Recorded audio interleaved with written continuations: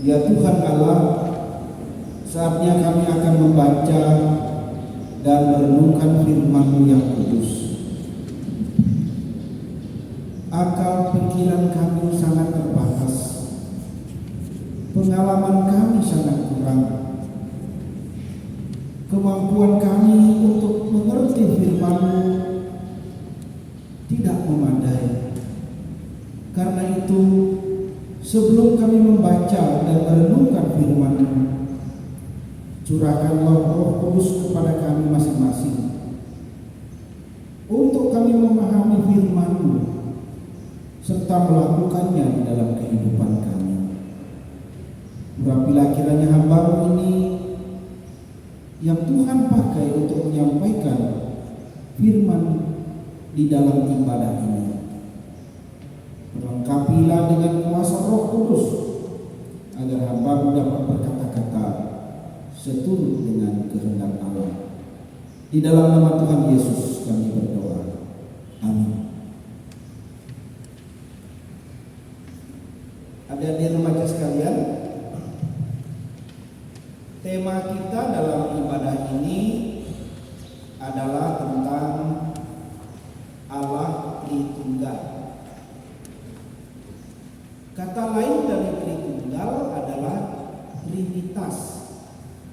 Kalau kalian mendengar kata Tritunggal, itu sama artinya dengan Trinitas. Tri artinya apa? Tiga. Tunggal artinya esa. Tritunggal artinya tiga yang esa. Itulah Allah kita, Allah Tritunggal. Oleh karena itu, kita akan membaca satu bagian ayat Alkitab, kemudian sebentar kita akan membuka lagi ayat-ayat yang lain yang berkaitan dengan Allah Tritunggal itu. Oleh karena itu, bagian pertama yang akan kita baca adalah dari kitab Yohanes pasal 16.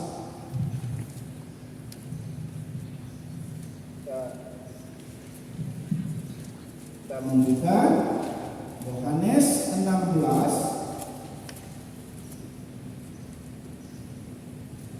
ayat 12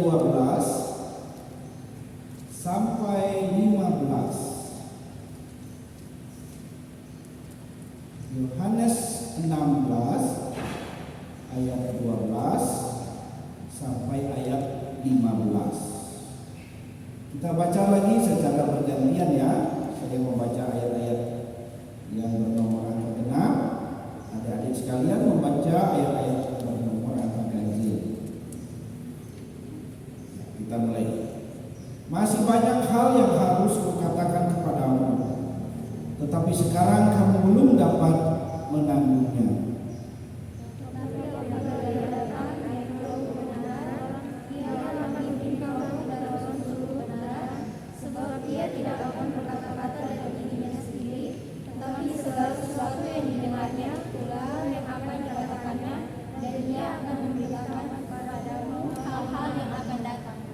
Ia akan memuliakan aku, sebab ia akan memberitakan kepadamu apa yang diterimanya daripadaku. Segala sesuatu yang Bapa punya adalah aku punya, sebab itu aku berkata, ia akan memberitakan kepadamu apa yang diterimanya daripadaku. Ya, terima kasih sudah mengambil bagian dalam pembacaan firman Tuhan. Adik-adik remaja yang dikasihi Tuhan, ajaran tentang Allah Tritunggal hanya ada di dalam agama Kristen. Sedangkan ajaran tentang Allah atau doktrin tentang Allah di dalam agama-agama lain tidak ada tentang Tritunggal. Allah Tritunggal yaitu Allah Bapa, Anak, dan Roh Kudus. Tiga yang esa. Begitu. Nah, bagaimana kita mengenal Allah Tritunggal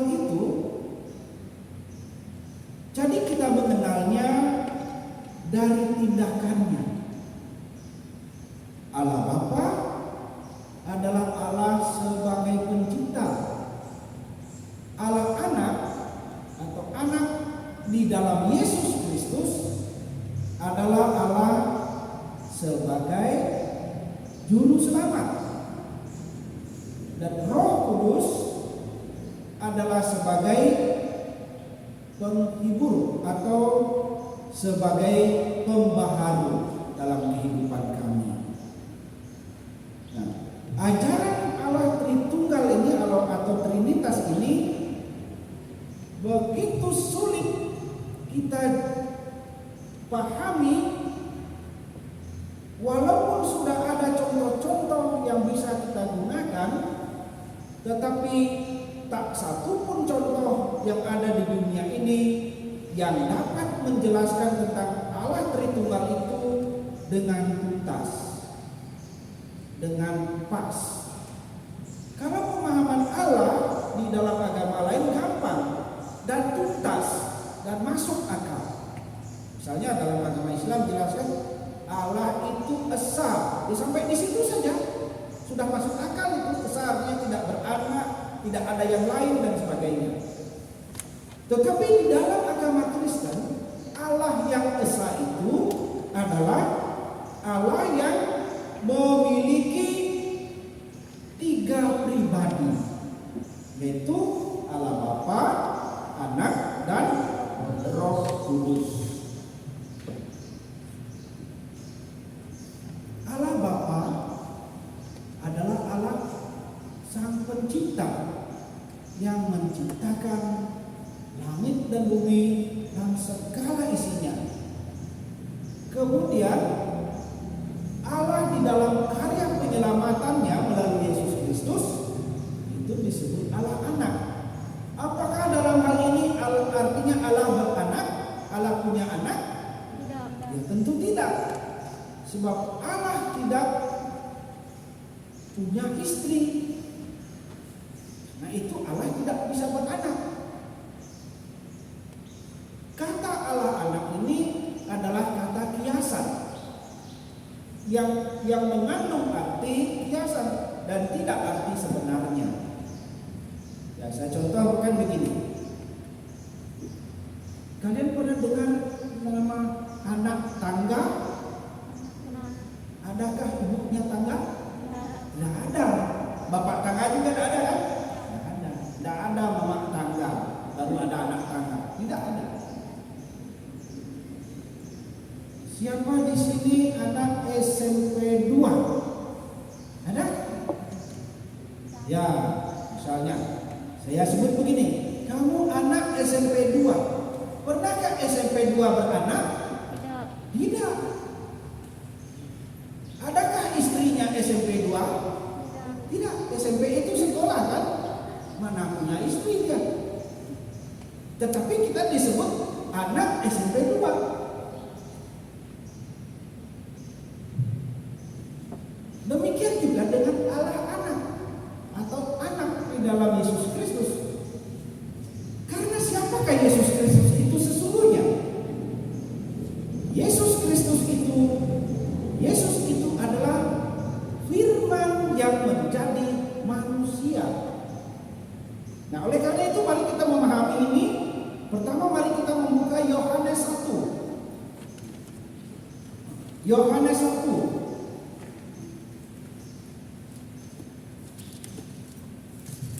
ayat 1 sampai ayat 3 supaya kita memahami tentang Yesus Kristus. Yohanes 1 ayat 1 sampai 3. Sudah ketemu? Ya, saya minta salah seorang anak remaja perempuan untuk membaca dengan suara yang jelas. Yohanes 1 ayat 1 sampai 3.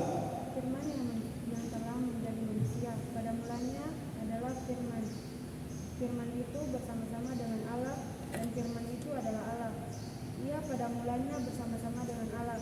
Segala sesuatu dijadikan oleh Dia, dan tanpa Dia tidak ada satupun yang telah jadi dari segala yang telah dijadikan. Ya, bagus dan sudah jelas. Berikut anak remaja laki-laki. Yohanes 1 ayat 14. Yohanes 1 ayat 14. Dari seorang anak remaja laki-laki. Saya tidak tunjuk, tetapi silakan siapa yang digerakkan hatinya oleh Tuhan untuk membaca firman-Nya langsung berdiri secara spontanitas. Siapa sudah menemukan segera berdiri. Yang duduk diam itu berarti belum menemukan. Dan sekian banyak anak-anak laki-laki belum ada yang bisa temukan. Yohanes 1 tinggal pindah ayat 14. Yohanes 1 dari tadi terbuka kan? Tinggal pindah ke ayat 14. Atau tak seorang pun yang berani membaca? Ya, silakan. Bagus, kita tepuk tangan. Ada anak laki-laki yang berani. Firman itu telah menjadi manusia dan diam di antara kita, dan kita melihat kemuliaannya, yaitu kemuliaan yang diberikan kepadanya sebagai anak tunggal Bapa, penuh kasih karunia dan kebenaran. Iya, bagus sekali. Yohanes 1 ayat 14. Firman itu telah menjadi manusia dan diam di antara kita. Kita telah melihat kemuliaannya. Ya, begini penjelasan. Pada mulanya adalah firman. Allah itu tidak punya wujud, tidak punya bentuk. Allah tidak ada yang menjadikan. Sebelum segala sesuatu yang ada di dunia ini, yang ada adalah Allah. Dari mana asalnya Allah? Tidak ada asalnya Allah. Allah itu memang ada. Sebelum bumi ini ada bintang-bintang, matahari dan sebagainya, Allah sudah ada. Allah itu tidak berbentuk. Sama dengan sinyal HP. Adakah bentuknya sinyal HP? Bisa dilihat? Tetapi ada, betul? Ada. Tidak bisa dilihat, tidak berbentuk, tapi ada. Ada satu saja sinyal itu, tetapi dia ada di HP kita masing-masing. Misalnya begini. Di sini hadir 20 orang. Sinyal HP yang satu itu dimiliki oleh 20 orang. Apakah artinya sinyal itu ada 20? Tidak, sinyal itu satu. Tetapi ada di dalam 20 orang yang punya HP. Seperti itulah Allah. Tidak ada wujudnya, tidak ada bentuknya, tetapi jelas dia ada. Sekarang Allah itu ada di dalam hati kita masing-masing. Apakah berarti Allah itu banyak? Tidak. Allah yang satu itu ada di dalam hati kita masing-masing. Pada mulanya adalah firman. Di dalam firman itu, melalui firman itu, Allah menciptakan langit dan bumi ini. Misalnya kita buka dalam kitab Kejadian 1 ya.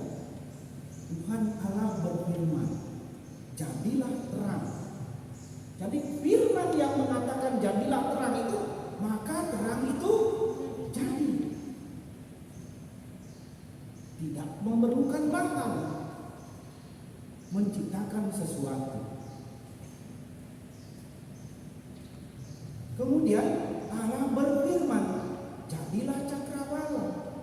Allah berfirman, jadilah benda-benda penerang, matahari, bulan dan bintang-bintang.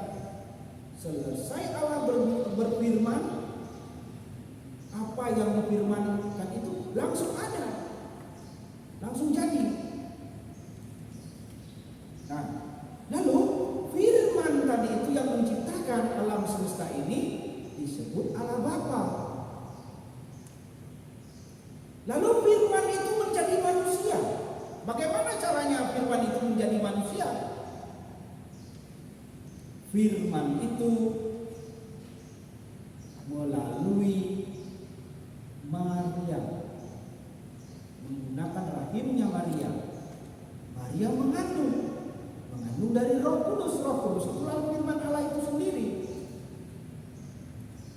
Karena itulah Maria mengandung sebelum dia menikah dengan Yusuf. Apakah ini artinya kejahatan hamil di luar nikah? Tidak. Karena ini adalah pekerjaan Roh Kudus. Itu artinya benar-benar Maria mengandung bukan karena seorang laki-laki. Maria mengandung karena Roh Kudus, di mana firman Allah itu menjadi manusia.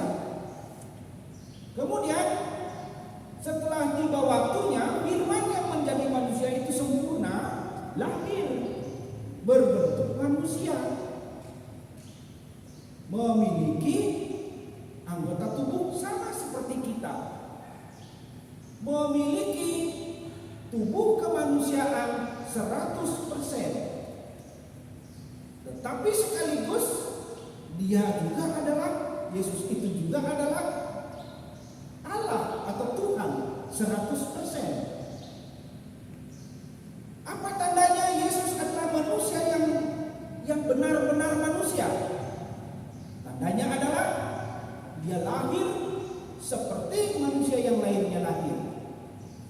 Dia bisa lapar seperti manusia lainnya bisa lapar. Dia bisa merasakan sakit. Dia bisa merasakan haus. Dia bisa merasakan takut. Dia bisa merasakan kesepian. Dia bisa merasakan gembira. Dia bisa merasakan sedih. Dia bisa merasakan sendirian ketika ditinggalkan oleh murid-muridnya. Jadi memang benar-benar manusia. Dan secara manusia Yesus bisa mati. Ketika Yesus mati, apakah Allah ikut mati? Tidak. Allah tidak bisa mati. Yang mati adalah kemanusiaan Yesus Kristus. Tetapi Allah tidak mati. Kemudian setelah Yesus mati, maka tubuhnya dibangkitkan oleh Allah. Kemudian naik ke surga.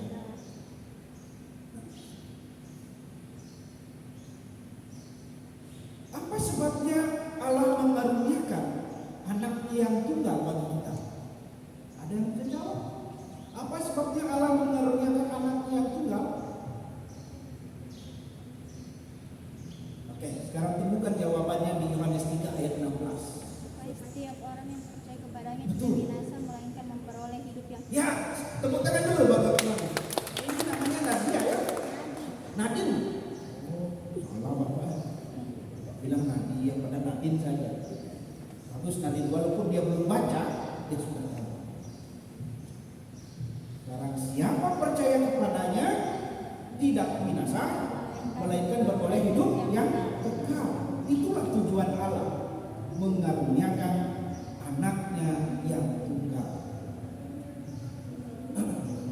Nah, lalu Allah yang tidak kelihatan itu mau menyatakan dirinya kepada manusia.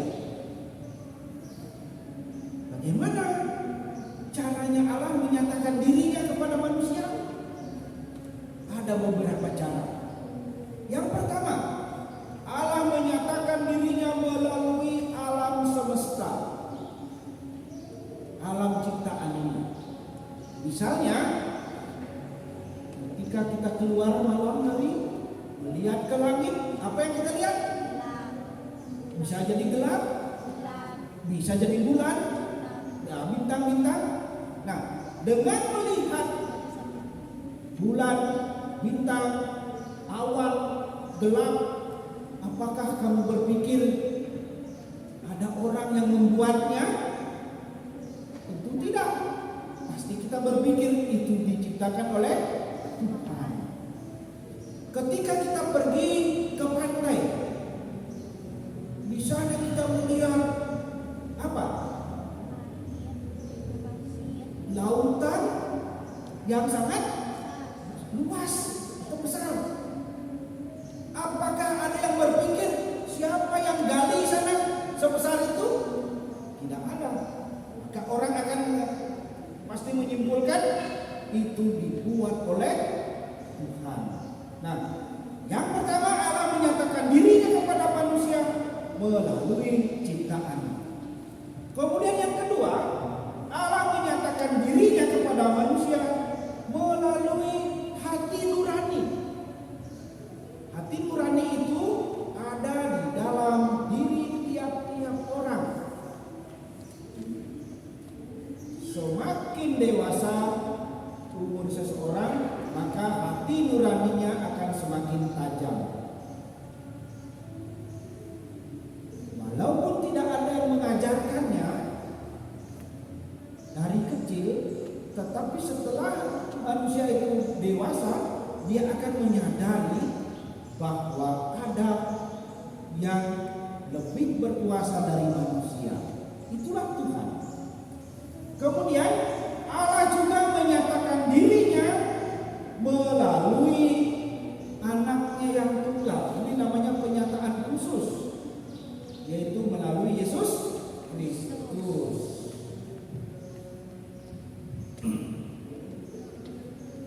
Setelah Yesus naik ke surga, maka yang turun dari surga itu apa? Roh Kudus. Kita rayakan, kita sebut hari raya apa?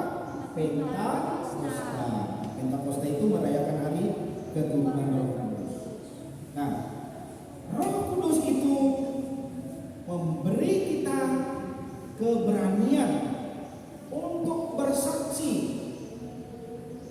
dan Roh Kudus itulah yang senantiasa menyertai kita, orang percaya. Kemanapun kita pergi, Roh Kudus menyertai kita.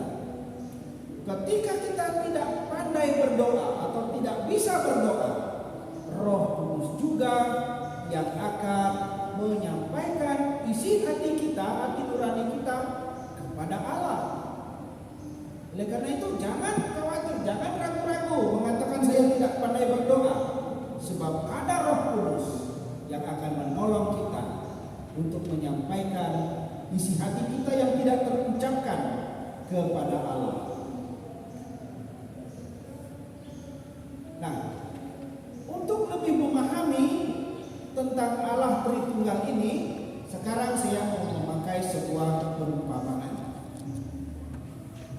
Di gereja, kamu panggil siapa sama saya? Pak Pendeta. Kalau istri saya di rumah, dia panggil apa sama saya? Papa. Atau saya menjadi suaminya.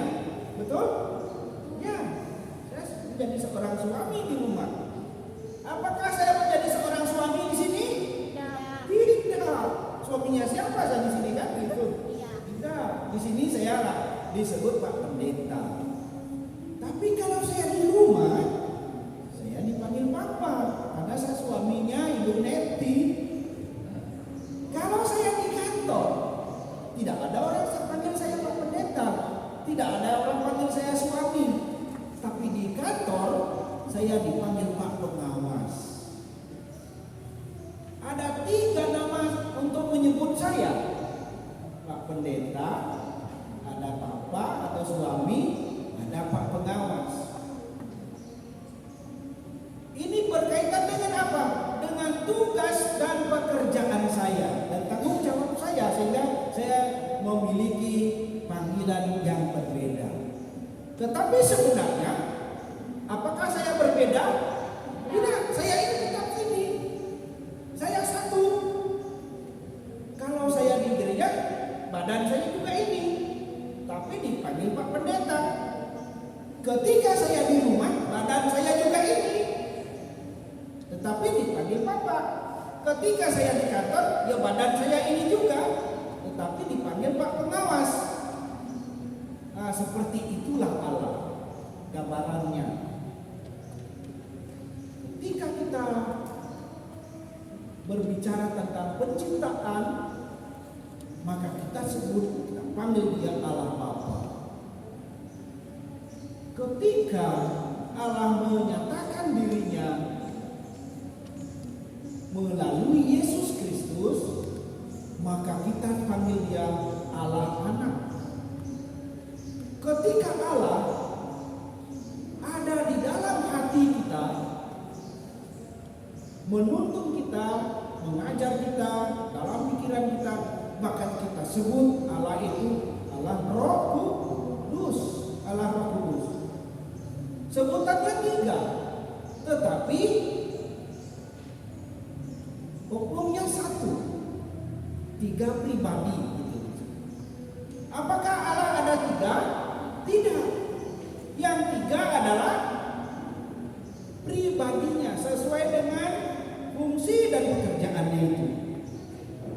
Seperti saya tadi, di gereja saya minta panggil, di rumah Bapak, di kantor Pak Pengawas. Apakah saya ada 3? Tidak, saya ada 1 saja. Contoh yang kedua, kalian pernah merebus telur ayam?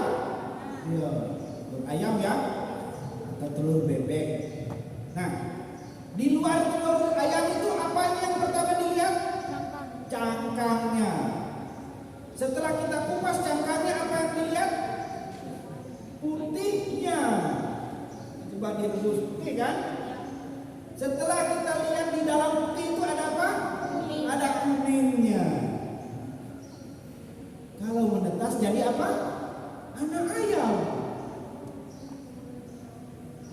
Coba, ada telur, ada cangkang, putih, kuning. Apakah telurnya 3? Tidak, 1. Di dalam 1 itu ada 3. Itulah Tritunggal. 3, 1.